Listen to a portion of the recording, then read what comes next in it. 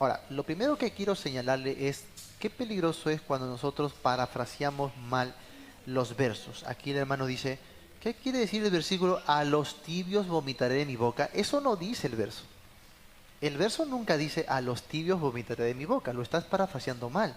Si yo parafraseo mal, obviamente lo voy a interpretar mal y por ende lo voy a aplicar mal.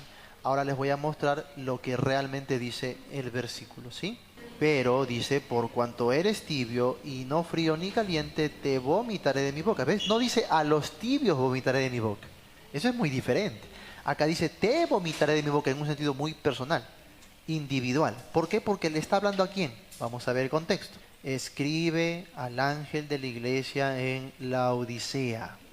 Entonces le está hablando a alguien de manera especial, al ángel de la iglesia en la Odisea. ¿Y quién era el ángel? Bueno, según lo que examinamos en el contexto, el ángel es un mensajero, es un ser humano porque se le puede reprender para que se arrepienta. Si fuera un ángel de esos sirvientes celestiales, ¿no? De la creación de Dios, pues ellos no tienen arrepentimiento. Entonces le está hablando a un ser humano que tiene cierta autoridad, tiene cierta preeminencia aquí en la iglesia. Entonces, con mucha probabilidad se refiere al obispo, ¿no? Al pastor principal de la iglesia, en este caso de la Odisea. Y a él se le dice lo siguiente, vamos a ver, yo conozco, mira, tus obras. Está hablándole en un término bastante personal, que ni eres, mira, no dice no son, no dice plural, dice singular, ni eres frío ni caliente. Ahora, eso es lo malo, ¿no? Que cuando nosotros hemos recibido este verso, cuando nos han enseñado, esto de ni eres frío ni caliente lo hemos hecho personalizado y se nos ha dicho que no, esto es una palabra directamente a nosotros y no es así. Yo primero tengo que entender para quién era esta palabra. Y esta palabra era para el pastor de la iglesia de la Odisea. A él se le está diciendo, yo conozco tus obras, que ni eres frío ni caliente, ojalá fueses frío o caliente. Esto de ser frío o ser caliente no tiene nada que ver con irme al mundo. Algunos piensan de que, el frío es aquel que está en las cosas del mundo y el caliente es aquel que está en las cosas de Dios, en la iglesia. Pero el tibio es aquel que está un pasito en la iglesia y un pasito en el mundo. No, pues eso no puede ser.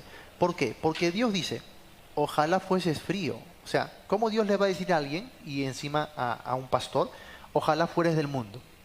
Ojalá te complazcas en el mundo. No, no les podría estar diciendo eso. Dios no preferiría eso para nada, ¿no? Entonces, ser frío aquí no significa ser mundano, ir al mundo o disfrutar de las cosas del mundo. ¿Ya? En primer lugar, eso. Ahora dice, verso 16, pero por cuanto eres tibio, mira, eres tibio y no frío, vamos a ver, no frío ni caliente, te vomitaré de mi boca. Muy bien, vamos a dejarlo ahí por ahora, porque quiero que entiendas primero qué significa ser tibio. Ya te he dicho, no es como nos imaginamos, no es como siempre nos han dicho, ¿no? No, que ser tibio es estar un paso en la iglesia y un paso en el mundo, eso no se puede. La Biblia habla de términos absolutos, o estás con Dios o estás contra Dios, o eres del diablo o eres de Cristo, no se puede ser término medio, ¿no? Entonces no existe eso. Así que la tibieza no habla de estar en las cosas del mundo, no habla de eso. ¿Sino de qué habla? Bueno, sigue leyendo el contexto, porque el contexto mismo te lo aclara, ¿sí? Aquí dice, mira, ¿por qué? Señala siempre las preposiciones. ¿Por qué? Porque las preposiciones son conectores, ¿no? Que hilan ideas. Entonces, en este caso tenemos una preposición de razón. La palabra por qué denota razón. Es decir, aquí se le ha dicho, tú eres tibio, no eres frío, no caliente, y por eso te vomitaré en mi boca. Muy bien, ahora viene la razón. ¿Por qué? ¿Por qué te vomitaré de mi boca? Recuerda, porque es tibio. Entonces, ¿qué es ser tibio? Aquí lo dice. ¿Por qué tú dices? Yo soy rico y me he enriquecido y de ninguna cosa tengo necesidad. Mira, ve. Soy rico, me he enriquecido y de ninguna cosa tengo necesidad. Luego dice, y no sabes que tú eres desventurado, miserable, pobre, ciego y desnudo. Mira. Esto de aquí es la manera en que él se veía a sí mismo. Y esto de aquí es la manera en la que Dios le ve a él. Entonces, es tibio, ¿por qué?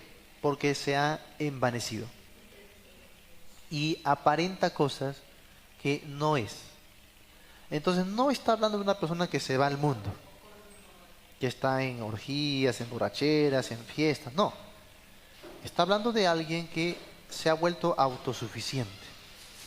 Ya no quiere depender de nadie, porque él piensa que es suficiente en sí mismo. Yo soy rico, yo no tengo necesidad de nada. Este es un tema de arrogancia, de altivez. Y toda la Biblia nos enseña que Dios aborrece la altivez, el orgullo. Él dice que mira de lejos al altivo. ¿No es así? Entonces por eso el Señor le ha dicho, por cuanto eres tibio, te vomitaré de mi boca. Esta expresión, te vomitaré de mi boca, quiere decir simplemente, me causas náuseas. ¿Sí? Me causas repulsión. En la época, en la ciudad de la Odisea, habían como unos canales en la ciudad que servían como desagüe. Y estos canales botaban agua putrefacta, agua que se mezclaba, ¿no?, de la cloaca de la ciudad con algunos gases y minerales que de verdad eran muy tóxicos. Y que cuando la gente pasaba por estos lugares, con solo el olor, ¿sí?, les daba náuseas, ¿no? Entonces hay registros de la época de gente vomitando. Entonces lo que está diciendo el Señor aquí a este varón es que su actitud le causa náuseas, así como esas cloacas y esos regadíos, esos canales, causaban náuseas y vómitos a las personas. Así que está usando a un elemento de la época, un elemento ordinario que ellos entendían, que ellos estaban bastante familiarizados, para explicarles cómo es que Dios lo está observando, cómo es que Dios lo está mirando. Nuevamente, no es alguien que se está yendo al mundo, es alguien que está en las cosas del Señor, es un hijo de Dios, alguien que está en el ministerio, está sirviendo, pero se ha envanecido, se ha enorgullecido. Dice, yo no tengo necesidad de nada, no tengo necesidad de nadie. Entonces, este es el tipo de tibio que se señala en el contexto. No debemos inyectar nuestras ideas al pasaje. Más bien debemos buscar en el pasaje cuáles son las ideas que el texto está brotando para mi enseñanza.